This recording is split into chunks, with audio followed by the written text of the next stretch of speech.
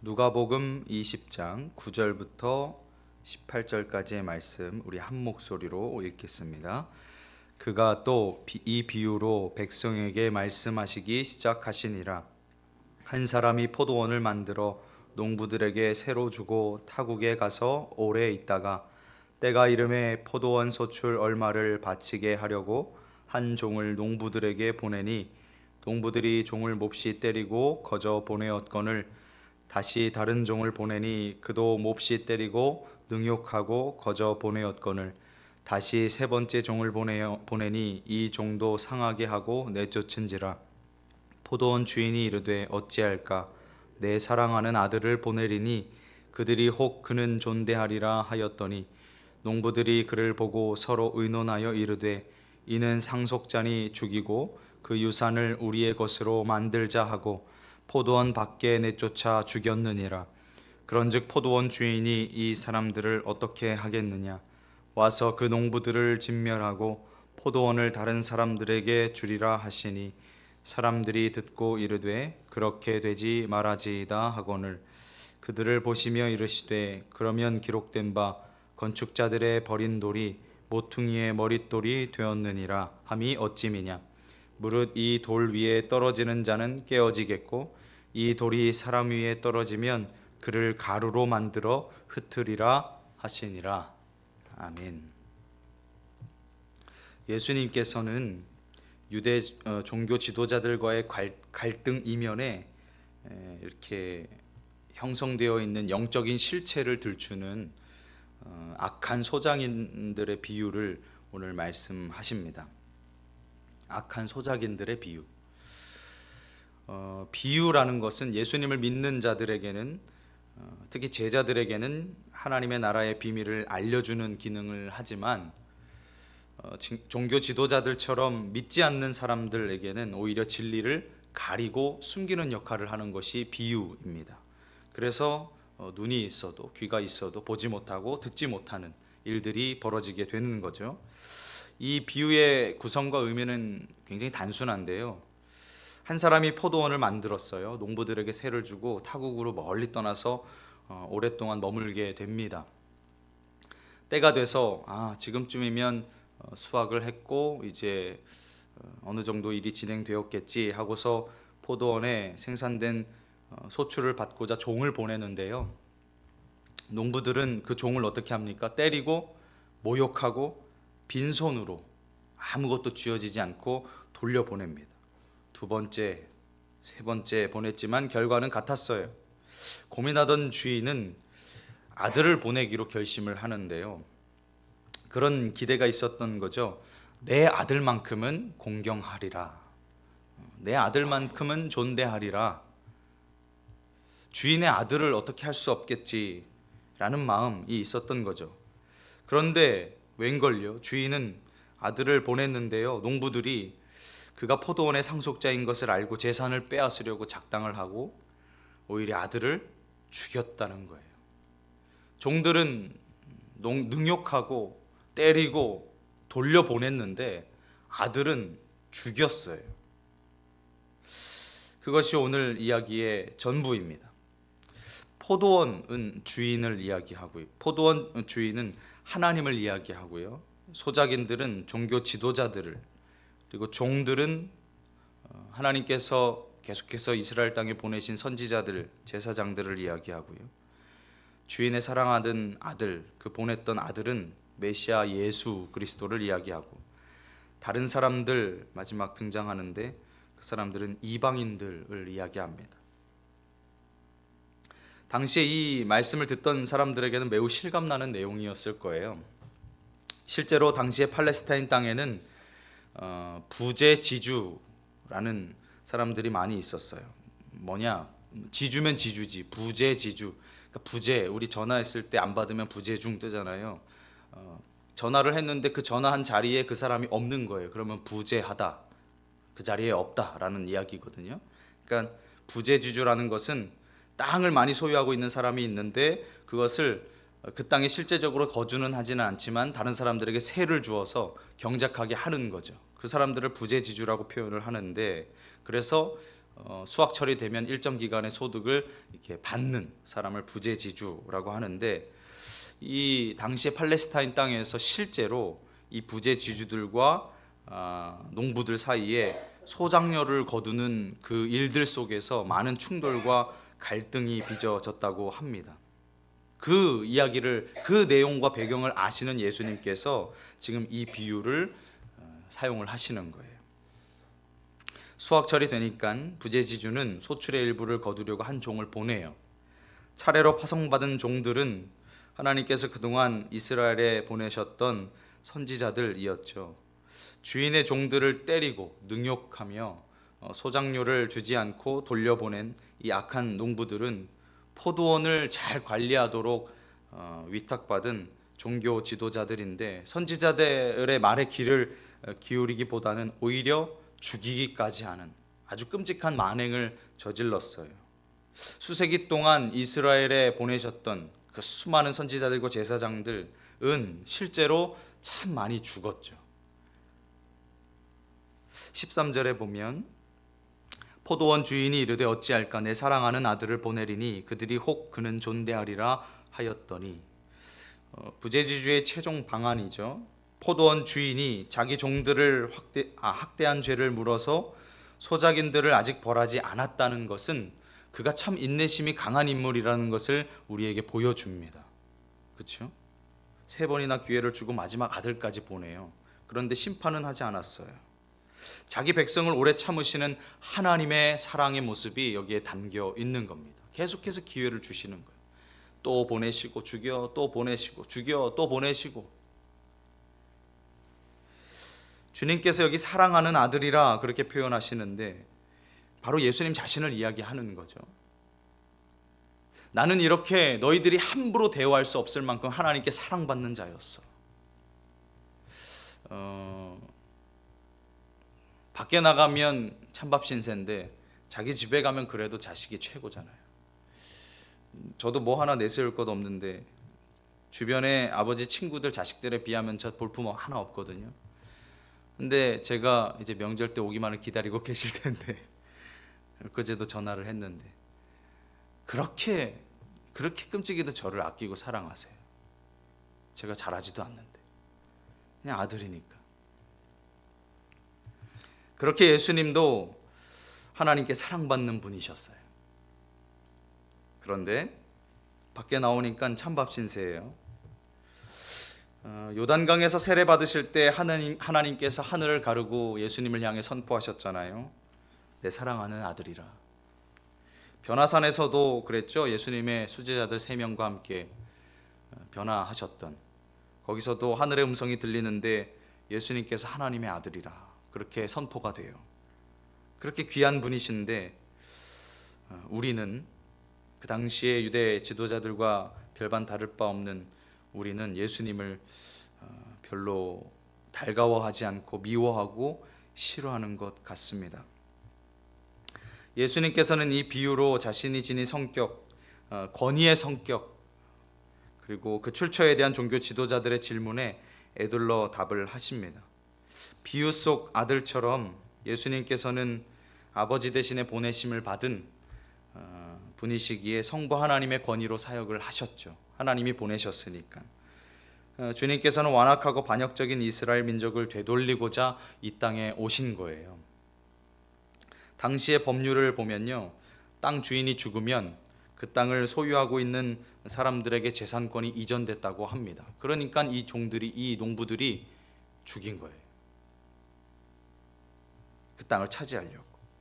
어쩌면 이 소작인들은 상속자 이 아들을 보고 포도원의 주인인 아버지가 죽었겠거니 싶었겠죠. 그래서 그렇게 추측을 해서 아들을 없애고 포도원에 대한 소유권을 주장했던 거죠. 14절, 농부들이 그를 보고 서로 의논하여 이르되 이는 상속자니 죽이고 그 유산을 우리의 것으로 만들자 하고. 예수님께서는 종교 지도자들이 자기를 죽이려 한다는 걸 이미 알고 계셨어요. 또 그 의도만이 아니라 이제 이어지는 15절을 보면 예수님이 어디서 죽을지도 아셨어요. 바로 예루살렘 성밖. 15절 16절 한번 읽어볼까요? 우리 한번 같이 읽어보겠습니다. 15, 16절 시작.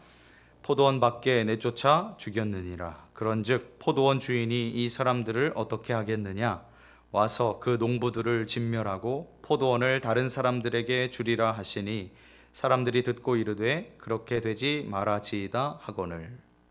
포도원 밖에 내쫓아 죽였느니라. 예루살렘 성 밖을 이야기하는 거예요. 골고다 언덕. 주인은 헬라어로 보면 큐리오스 많이 들어보셨을 텐데요. 이게 주 하나님을 가리킬 때 많이 사용이 돼요. 큐리오스. 주님께서는 이 단어로 포도원의 주인이 누군지를 의도적으로 넌지시 알리시는 거예요. 주인이 누구인가? 그런즉 포도원 주인이 이 사람들을 어떻게 하겠느냐라고 물으시죠. 그리고 청중의 대답을 기다리지 않고 대답하기를 기다리지 않고 와서 그 농부들을 진멸하고 포도원을 다른 사람들에게 주리라 하는 자명한 결과를 스스로 답을 하세요. 주님께서는 이스라엘의 운명이 선지자들과 자신을 대하는 그 태도 때문에 결국 달라지게 될 것을 규명하시는 거예요. 아들을 죽인 이스라엘을 하나님께서는 버리시겠다라는 거죠. 결국 하나님의 복은 다른 이들에게 주어질 겁니다. 여기서 다른 사람들 누구라 그랬어요? 이방인들이라 그랬죠. 유대인들에게 먼저 주어졌던 하나님의 복이 그들이 거부하고 거절하니까 누구에게 넘어가요? 이방인들에게 넘어가는 거예요. 너네 안 받아? 그래? 그럼 다른 사람들에게 줄게. 청중은 그렇게 말하죠. 그렇게 되면 안 됩니다. 그렇게 되지 말아지이다. 그렇게 즉각 반응을 해요. 왜냐하면 그렇게 되는 일은 자신들이 생각해도 재앙이거든요. 있어서는 안 될 일이니까. 이럴 때는 머리가 참 빨리 돌아가요. 예수님께서는 이스라엘의 민족적 운명을 말씀하셨지만 당시 이스라엘의 운명이 하루아침에 달라진다는 건 그 누구도 상상하기 어려운 일이었을 거예요. 특히 지금 압박감을 느끼고 있는, 위압적인 질문을 받고 있는 주님께 자신들의 운명이 달려있다는 것을 그들은 몰랐을 거예요. 제자들조차도 당시에는요, 제자들조차도 이 예수님의 말씀이 잘 이해되지 않았을 거예요. 어쨌건 청중은 그런 일이 일어나선 안 된다 하면서 고개를 저었지만 누가는 예수님께서 그들을 보시며 말씀하셨다고 전합니다. 그냥 말하는 이들을 향해서 눈길을 돌리면서 그냥 말을 하신 게 아니고 똑바로 쳐다보시면서 눈 하나하나 맞춰 가시면서 그들의 기대와는 정반대의 운명이 전개될 것을 강력하게 선언을 하셨던 거예요. 포도원 주인이 와서 그 농부들을 진멸하고 포도원을 다른 사람들에게 주리라. 이방인들에게 그 하나님의 복이 넘어가게 된다는 거예요. 분명해요. 로마서 11장 25절에도 사도 바울이 이방인의 수가 충만하게 차기까지라는 표현을 쓰잖아요. 그때까지는 구원 역사가 이방인들에게서 완전하게 일어나게 된다는 거죠. 왕성해진다는 거죠. 그러나 이스라엘을 완전히 버리신 건 아닙니다. 늘 그랬듯 남은 자들을 보존하고 계시죠. 17절 18절 보시면 그들을 보시며 이르시되, 여기 그들을 그리고 보시며라는 사이에 똑바로 쳐다보시며 이렇게 읽으시면 좋아요. 그들을 똑바로 쳐다보시며 이르시되 그러면 기록된 바 건축자들의 버린 돌이 모퉁이의 머릿돌이 되었느니라 함이 어찌미냐. 무릇 이 돌 위에 떨어지는 자는 깨어지겠고 이 돌이 사람 위에 떨어지면 그를 가루로 만들어 흩으리라 하시니라. 이 말씀은 시편 118편에 있는 말씀인데요. 정확히는 22절에 있는 말씀이에요. 그 말씀이 지금 이루어지고 있는, 성취되고 있는 순간인데, 여기 건축자들은 이스라엘의 지도부, 종교 지도자들을 이야기하고 그들이 버린 돌은 예수님을 뜻해요. 그들이 예수님을 버린 거예요. 그들은 버렸는데요, 이 돌이 어떻게 됩니까? 모퉁이의 머릿돌이 된다 그래요. 새 건물을 지을 때 기초석, 기준석이 된다는 거예요. 쓸모없이 버림받았지만, 쓸모없다고 여겨졌지만 쓸모없는 것이 아니고 가장 요긴한, 가장 중요한, 가장 쓸만한 기초석이 됐다는 거예요. 그것이 하나님의 계획을 이루어가는, 또 하나님의 나라, 주님의 나라를 세워가는 아주 중요한 기초석이 됐다는 거예요. 기독교는 희망의 역사예요. 성도들에게는 늘 희망이 있어야 돼요. 생각해 보세요. 100세가 되도록 자식이 없어요.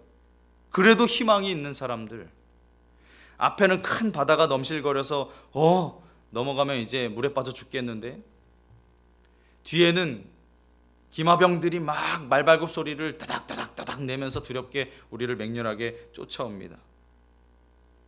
그런데 그 와중에도 희망의 끈을 놓지 않는, 또 어떻습니까? 풀무불 평소보다 7배나 더 뜨겁게 달궈라. 그 뜨거운 풀무불에 들어가야 될 상황. 사자굴에 던져라.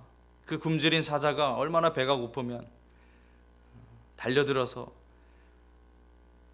상상해 보세요. 그런데 그런 가운데서도 누구 하나 희망을 버린 자가 없어요. 늘 하나님을 희망하며 신앙을 지키고 믿음 가운데 서 있었죠. 주님께서는요, 대표적인 버림받은 자예요. 버림받은 자, 그 중에 대표가 누구냐? 그럼 예수님이세요.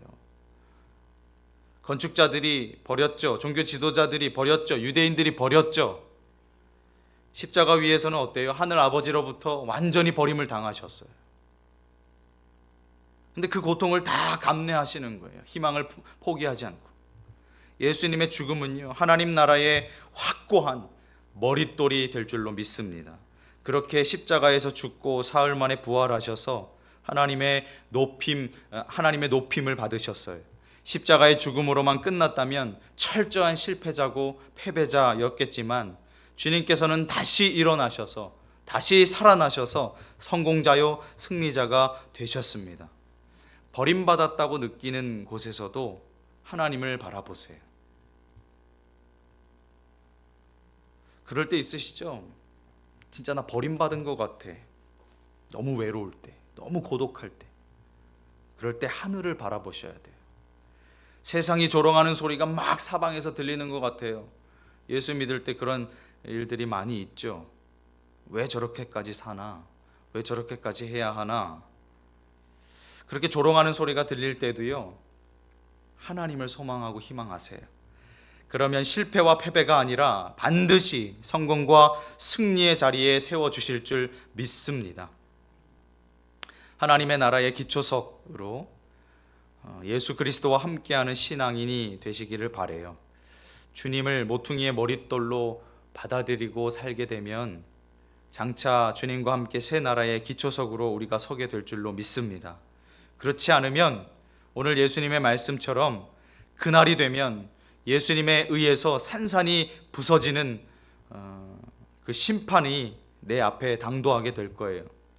지금은 예수님 오시기 전이니까 지금은 우리에게 기회가 있고요, 용서와 자비를 베푸시는 그 은혜를 맛볼 수가 있어요. 그러나 장차 그 무엇도 감히 대항하지 못할 엄한 심판주로 임하시게 되면 그때는 끝이에요.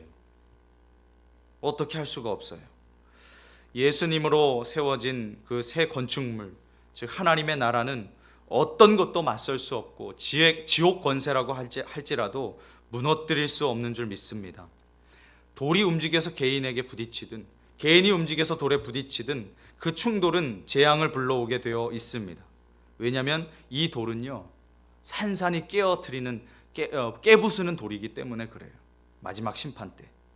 그러니 예수 그리스도 그 아들의 편에 서느냐, 아니면 그 아들을 거스르는 편에 서느냐 하는 것은 나의 영원한 운명을 결정짓는 일이라고요. 영원한 일. 선택은 내게 달렸어요. 예수님 붙드느냐, 아니면 예수님을 거부하느냐.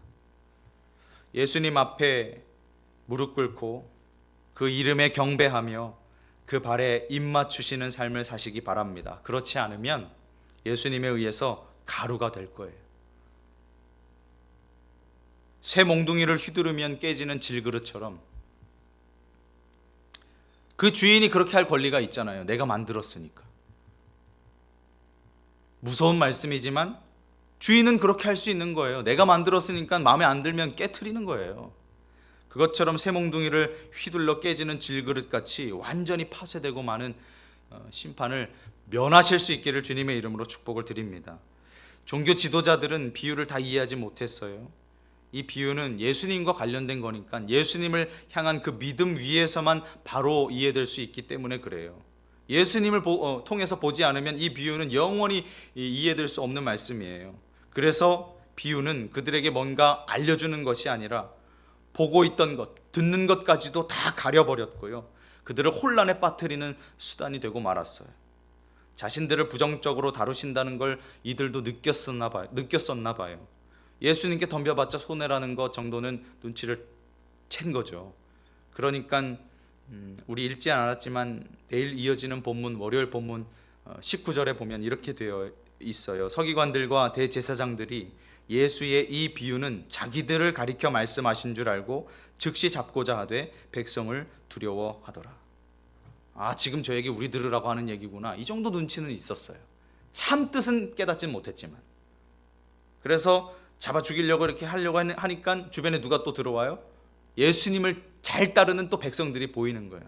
또 이랬다가 또 큰일 나면 어떡하지 하고서 두려워서 그만둬요. 비유를 들은 결과 극한 분을 낳게 됐어요. 자신들을 향해 말한 걸 알았지만 살인 충동을 억제하기는커녕 더 결연한 의지를 다졌죠. 하지만 자기들이 분을 이기지 못한다는 사실 말고는 달리 주님을 체포할 만한 어떤 근거도 찾지를 못했어요. 군중이 두려워서 행동으로 옮길 수도 없었고요. 왜냐하면 까닭도 없이 현행범으로 체포를 할 경우에 소요 사태가 생길 게 뻔하고, 그러면 치안 유지에 책임을 묻는 로마 정부에 의해서 추궁당할 수도 있으니까 자신들의 권위를 다 빼앗길 수도 있을지 모르니까 그것을 지키기 위해서 그냥 가만히 넘어갑니다. 그래서 해소되지 않은 분노만 점점 쌓여져 가고 이제 새로운 계략을 짜기 위해서 함보 물러나요. 후퇴를 하는 거예요. 이 종교 지도자들이. 말씀을 맺으면서요. 우리는 소작인이라는 것을 좀 기억하시면 좋겠어요. 그 얘기는 뭐냐면 우리에겐 주인이 계시다는 얘기예요. 내가 주인이 아니고요. 우린 소작인이에요. 잘 관리하라고 맡겨주신 것이 있는 소작인이라는 거예요. 주인을 위해서 사는 자들이죠. 그렇게 그리스도인들은 하나님을 주인으로 모셔요. 내 생명을 주셨고 또 삶의 터전도 주님께서 우리에게 맡겨주셨어요. 잘 관리하라고. 그러므로 우리 그리스도인들은 주인이 맡겨주신 일이 있다는 사실을 늘 고백하며 믿음으로 살아가는 거죠. 그리고 하나님께서 세를 요구하실 때 아낌없이 드릴 수 있어야 돼요. 드리기 싫다고 욕심이 난다고 내 것이라고 생각하면 큰일 나요. 모든 것을 선물로 주신 주님께서는 내가 믿음으로 반응하기를 기대하세요. 합당한 하나님께 돌려드릴 그 합당한 반응을 하기를 기대하시는 거죠. 하나님께서 내게 기회와 재능과 재물을 주셨는데 주님의 목적을 따라 사용하기를 주저하고 있지는 않은지 오늘 말씀을 통해서 돌아보셨으면 좋겠어요. 하나님께 내어놓지 않으려고 움켜쥐고 발버둥치고 몸부림치고 있는 것은 아닌지 오늘 말씀을 거울 삼아서 내 자신을 비춰보시기를 바라요. 하나님께서 주신 걸 감사하며 아낌없이 하나님의 영광을 드높이는 데 사용하시기를 바라고요. 마지막으로 한날 우리는 계수하시는 주인 되신 하나님 앞에 서게 될 것이라는 것을 기억하세요. 그리고 전부 한치의 오차 없이 정확하게, 세상의 상인들은 100원 뺏어주기도 하고요, 실수로 1,000원 더해서 줄 때도 있어요. 계산이 잘못 맞았네 이럴 때 있지만 우리 주님께서 계산하시는 날은 정확해요. 정확하게 계산이 될 거예요. 그러니 지금부터 그 날을 준비하면서 살아야겠죠. 그러면 우리의 인생이 믿음 안에서 견고하게 세워질 줄로 믿습니다. 기도하겠습니다. 하나님 아버지 감사합니다. 오늘 우리에게 귀한 말씀을 주셨습니다. 우리에게 맡겨주신 것 잘 관리할 수 있도록 지혜를 더하여 주시고 우리에게는 섬길 주님이 계시다는 것을 늘 잊지 않고 살아가게 하여 주옵소서. 하나님의 심판받는 자 되지 말게 하시고 하나님께 칭찬받는 농부, 하나님께 칭찬받는 종들 되게 하여 주옵소서. 감사드립니다. 예수님의 이름으로 기도드립니다. 아멘.